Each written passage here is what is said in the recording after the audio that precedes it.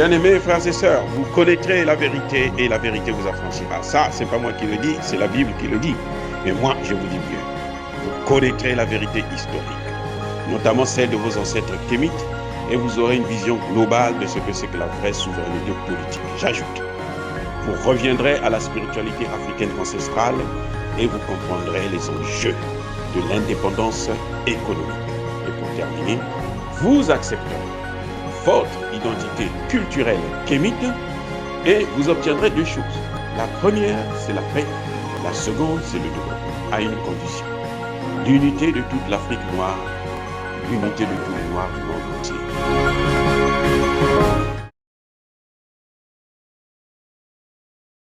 Otep à tous. Bien-aimés frères et sœurs, la photo que vous voyez au début de cette vidéo, c'est une image de la rencontre entre Vladimir Poutine et le Premier ministre cubain. Le président Vladimir Poutine a rencontré le Premier ministre cubain en Russie. Alors, pourquoi je vous montre cette photo? Je vous montre cette photo pour vous montrer la simplicité, le respect, la modestie d'un chef d'État, d'un grand chef d'État. Parce qu'on n'est pas grand parce qu'on va taper les autres. Parce qu'on a l'arme nucléaire et puis on va tuer des gens dans l'impunité la plus totale.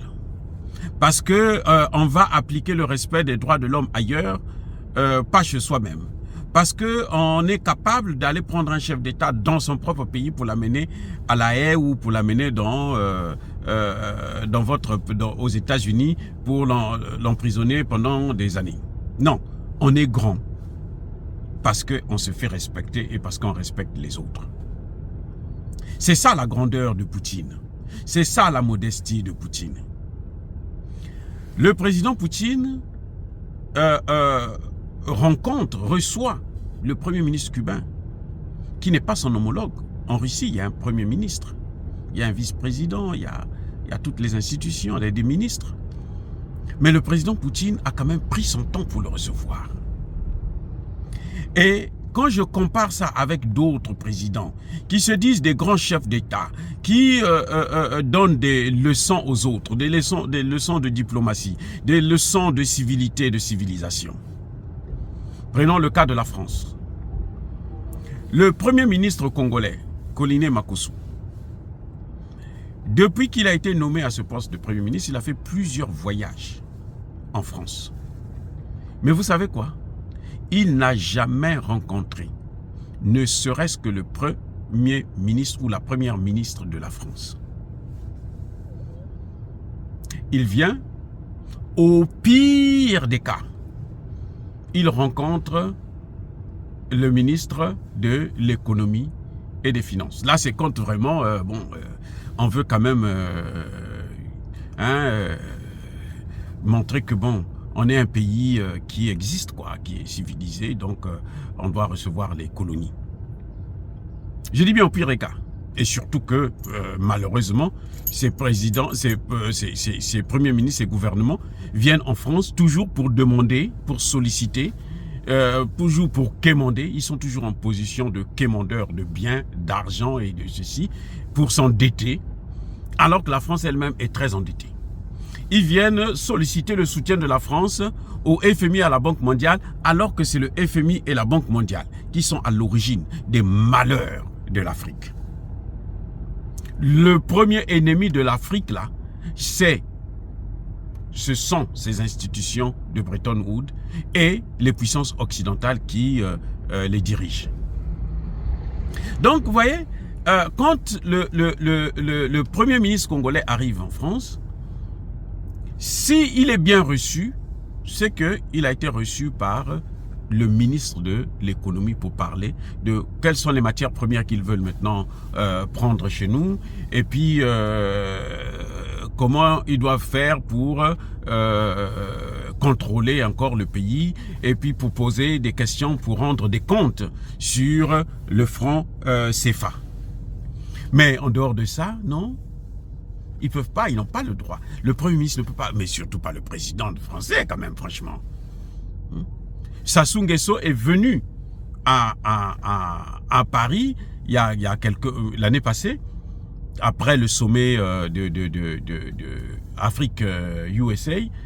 Non, il a passé au moins 4 jours.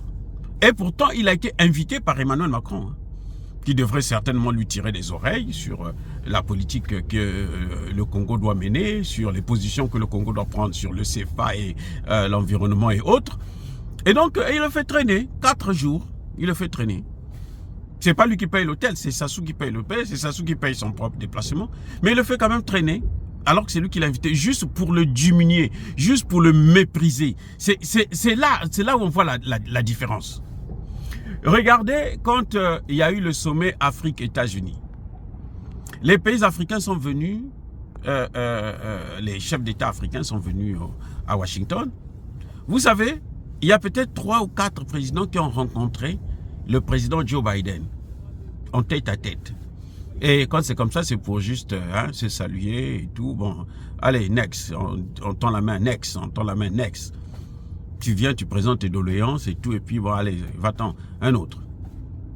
Les chefs d'État africains ont rencontré le secrétaire d'État américain, donc le ministre des Affaires étrangères, la 3e personnalité du gouvernement américain.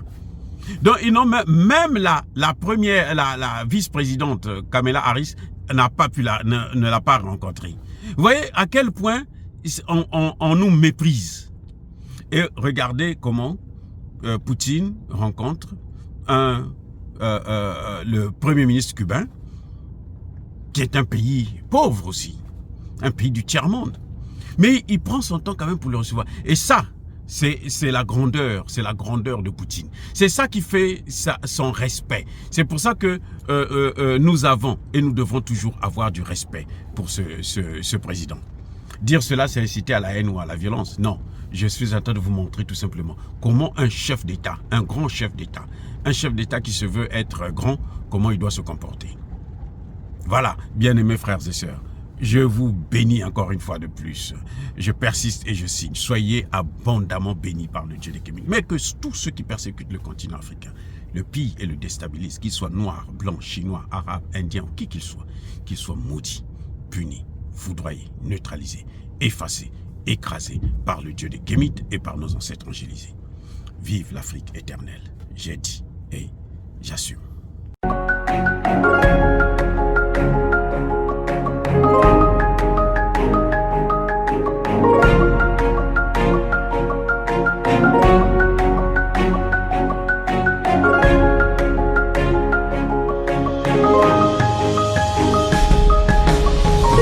Eux, ils marchent par la foi et non par la vue.